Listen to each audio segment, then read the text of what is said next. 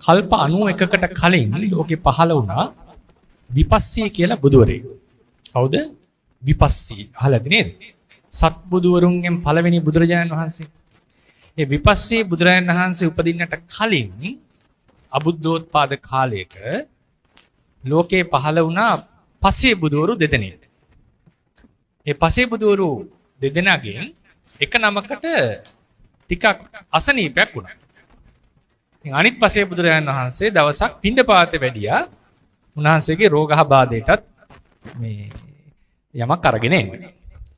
ඒ කාලේ හිටියා සහෝදරයෝ දෙන්නෙක් බොහොම කුළුපගයි. ඒ දෙන්න මේ උක් වගාවක් කරා. උක් ගස් වැව්වා. අයියයි මල්ලි. ඉතින් දෙන්නගෙම වගාව. දවසක් මල්ලි ගියා උක් දණු ටිකක් ඒ කියන්නේ වත්තත් සුද්ධ කරලා උක් දණු ටිකුත් අරගෙන එන්න. ඒ නාතරතුරේදී අර පසේ බුදුරජාණන් වහන්සේ ආවා මේ පාත්‍රෙත් අරගෙන දැන් පිණ්ඩපාත. ආපු වෙලාවේදී මල්ලි දැන් උක් දණු දෙකක් කපාගෙන අරන් ගියා. ගියපු වෙලාවේදී පසේ බුදුහාමුදුරුවෝ දැක්කම හිතුණා පූජා කරන්නට ඕනේ කියලා තමන්ගේ උක් දණ්ඩ පූජා කරා. උක් දණ්ඩේ තිබිච්ච යුෂ ටික පූජා කරා. එතන උන්වහන්සේ එතුමා දුටුවා උන්වහන්සේක වළඳන්නේ නැතුව අරගෙන යන්න යනවා. එතන මොකද මේ? අපේ එක ස්වාමීන් වහන්සේ කෙනෙක් ඉන්න උන්වහන්සේට අසනීපයි උන්වහන්සේටයි මම මේ අරගෙන යන්නේ. ඒක නෑ ඔබ වහන්සේ ඔක වළඳන්නකෝ. මට තව උක් දණ්ඩක් තියෙනවා. ඒක අයියාගේ උක් දණ්ඩ.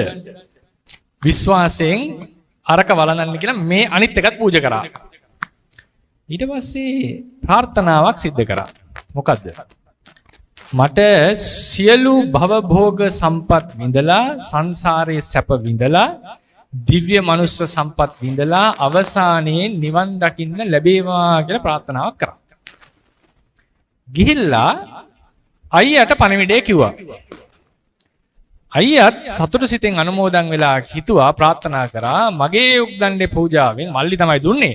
නමුත් දැන් යාගෙන අයිතිය මගේ උක්දණ්ඩේ පූජාවෙන් මට ඉක්මනින්ම නිවන් දකින්න ලැබේවා කියලා. මේ දෙන්නම දැන් කාලක්‍රියා කරලා හංසවති බන්දුමති කියන නගරේ උප්පත්තිය ලැබුවා. විපස්සී බුදුරයන් වහන්සේ ඉපදිලා ධර්මයේ දේශනා කරනකොට මේ දෙන්නම බණ ඇහුවා. මොකක් වුණා කියලාද හිතන්නේ? අයියා ලහිලහියේ නිවන් දකින්න ප්‍රාර්ථනා කරපු අයියා ඒ භවයේම කාම සම්පත්තිය අතහැරලා මහාන වෙලා රහත් වුණා. භවභෝග සම්පත් කෙලවර නිවන් දකින්න ප්‍රාර්ථනා කරපු මල්ලිට ගිහි ගෙදර අතහැර ගන්න බැරි වුණා. බුද්ධ ශාසන 7ක් බුදුවරු සම්මුඛ වුණා.